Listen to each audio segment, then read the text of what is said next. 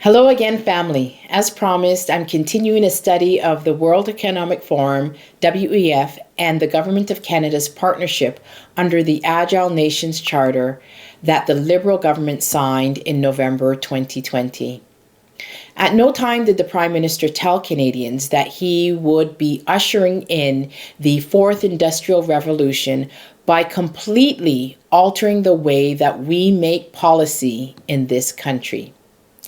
I covered in the first video the corporations, countries, and Canadian departments that are part of this WEF-initiated Agile Nations Charter, which is an international network to streamline regulations across borders to advance new technologies. I am now going to highlight a couple of the projects under this WEF Agile Nations Charter within Canada. Coordinating National Standards Body of Agile Nations, Digital Credentials second. The third one is Preloaded Air Cargo Targeting. Fourth, Consumer Connected Products. Fifth, Experimental Approaches. Sixth, Anticipatory Regulation. Seventh, Digital Health Software Devices.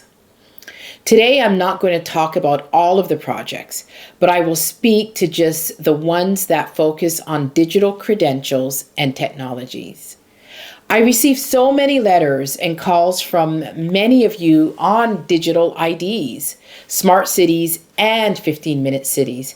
And so I want to make sure that we look at digital IDs and technology and the components thereof in the Agile Nations work and programs. These projects aim to increase the global reliance on digital trusted technologies as it says in the government disclosure, their own disclosure. In other words, it's about making it easier for digital IDs to become a part of our permanent daily lives. The Digital Credentials Project is a project that is led by Canada under the Agile Nations that focuses on making digital trust and digital ID technologies more seamless across borders, and they're conducting workshops, proofs of concept, and pilots to make this happen. There's a lot that we don't know about this, which is the problem because it's going back to the lack of transparency that we keep seeing from this Liberal government. The problem that most Canadians have with this expansion and globalization of digital credentials and technologies is that the government can abuse its power when it has access to all of that information. Also, Canadians want to have a choice to opt out of privacy-intrusive digital IDs, artificial intelligence, AI, and smart technologies. They don't want this forced upon them. And it's true that Canadians need protection from potential governmental abuse of their privacy, especially if all of their personal information is stored in one digital identity. I remind you that Prime Minister Trudeau used the Emergencies Act to freeze bank accounts of protesters that criticized him. Maybe if that didn't happen, people would be more trusting of government and digital IDs. We also witnessed the mandatory ArriveCan app and how it discriminated against seniors who didn't have a smartphone. They were fined and some were prevented from getting back into their own country without extensive delays until they downloaded the app and uploaded their personal medical information. Digital IDs cannot be mandatory, especially when the government hasn't addressed its past abuses and when it hasn't ironed out how they are going to prevent future governmental overreach. Most people don't have a problem with digital IDs that I've heard from per se. They are already using their bank cards, credit cards, and digital means of wiring and paying bills. But the problem is that they don't trust the government with access to all of their personal information in one place. Right now, a person can buy something in cash and no one else needs to know about it. No one else can electronically track that. Our credit cards track our purchases, but they don't get sent to the government. You can give your spouse or your children or your friend money and nobody else knows about it. However, with a digital ID, all of this may change in the future.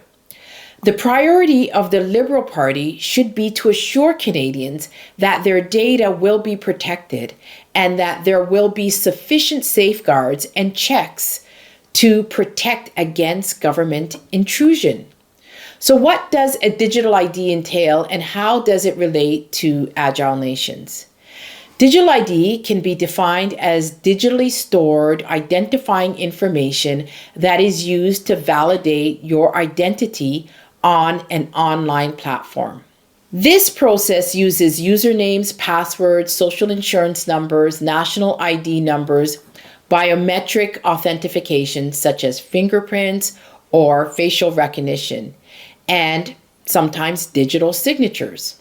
These digital IDs are tied to your social and economic transactions that you would make in society, such as they can be tied to your driving information, your health card, your banking information, your purchases, and possibly even sensitive information like your religion or your political beliefs.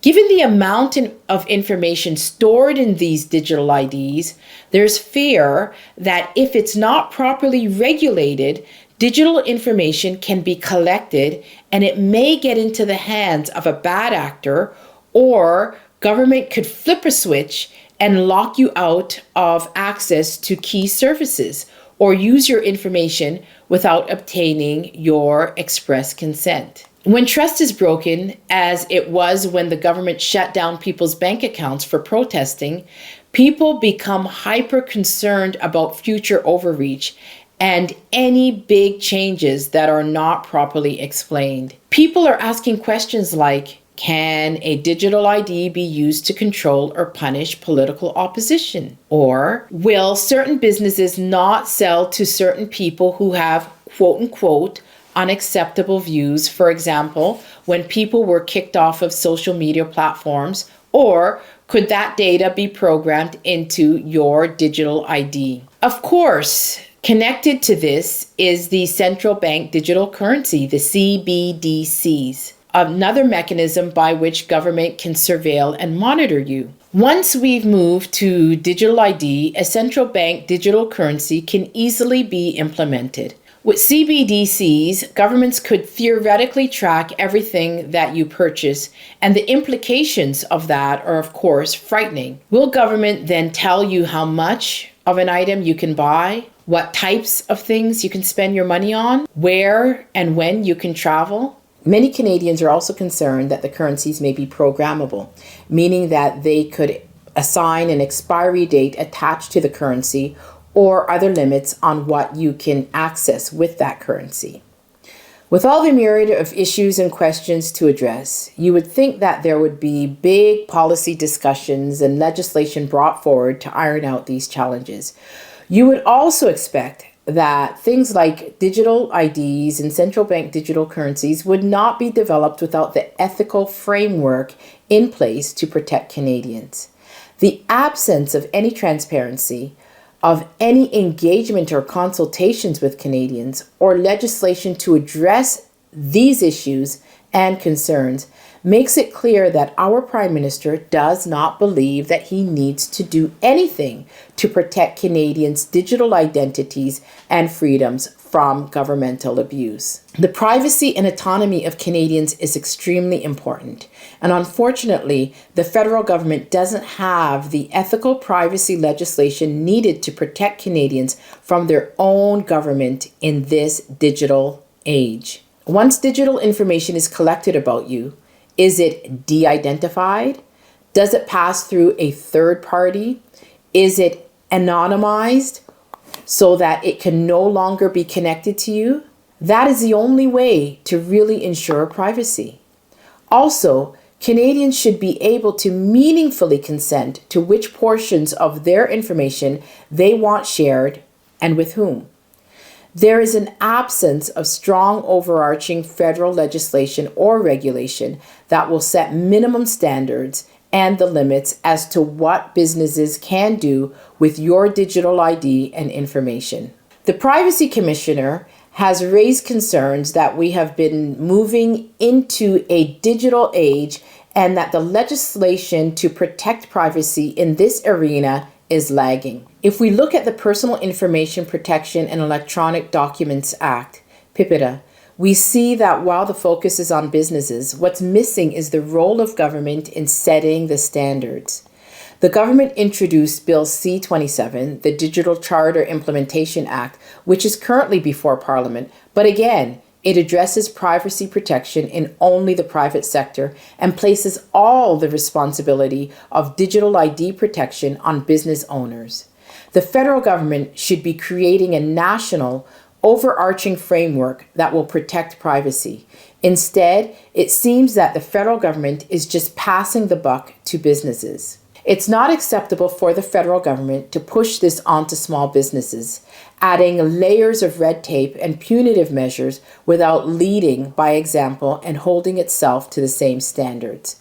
If the Liberal government had time to sign a WEF-led Agile Nations Charter in November 2020 during COVID lockdowns and draft legislation to regulate small businesses, then there is no excuse why they should not put in place a national digital charter that protects Canadians from digital ID abuse from both government and from corporations. Family, the signing of the Agile Nations Charter and the work on the Digital Credentials Project that the Liberals have committed us to under the Global Charter clearly shows their intention. We still have a democracy, and we need to stay involved and push back against this domination of the executive branch through the Agile Nations Charter. Because if we don't, we are going to continue to see governments operating below the radar of Canadians and outside of Parliament. Our leader, the Honorable Pierre Poilievre, is listening to your concerns and will not dismiss your questions on digital ID. He has promised that digital ID will never be mandatory. No matter what changes may be occurring in society, you can always be sure that Conservatives will continue to fight to ensure that your personal privacy and autonomy will always be protected. If you would like to help, reach out to your federal representative and let them know that you believe that we need a federal digital charter to protect us against potential governmental abuse of our private digital information. Thank you so much for watching. Until next time, bye-bye for now.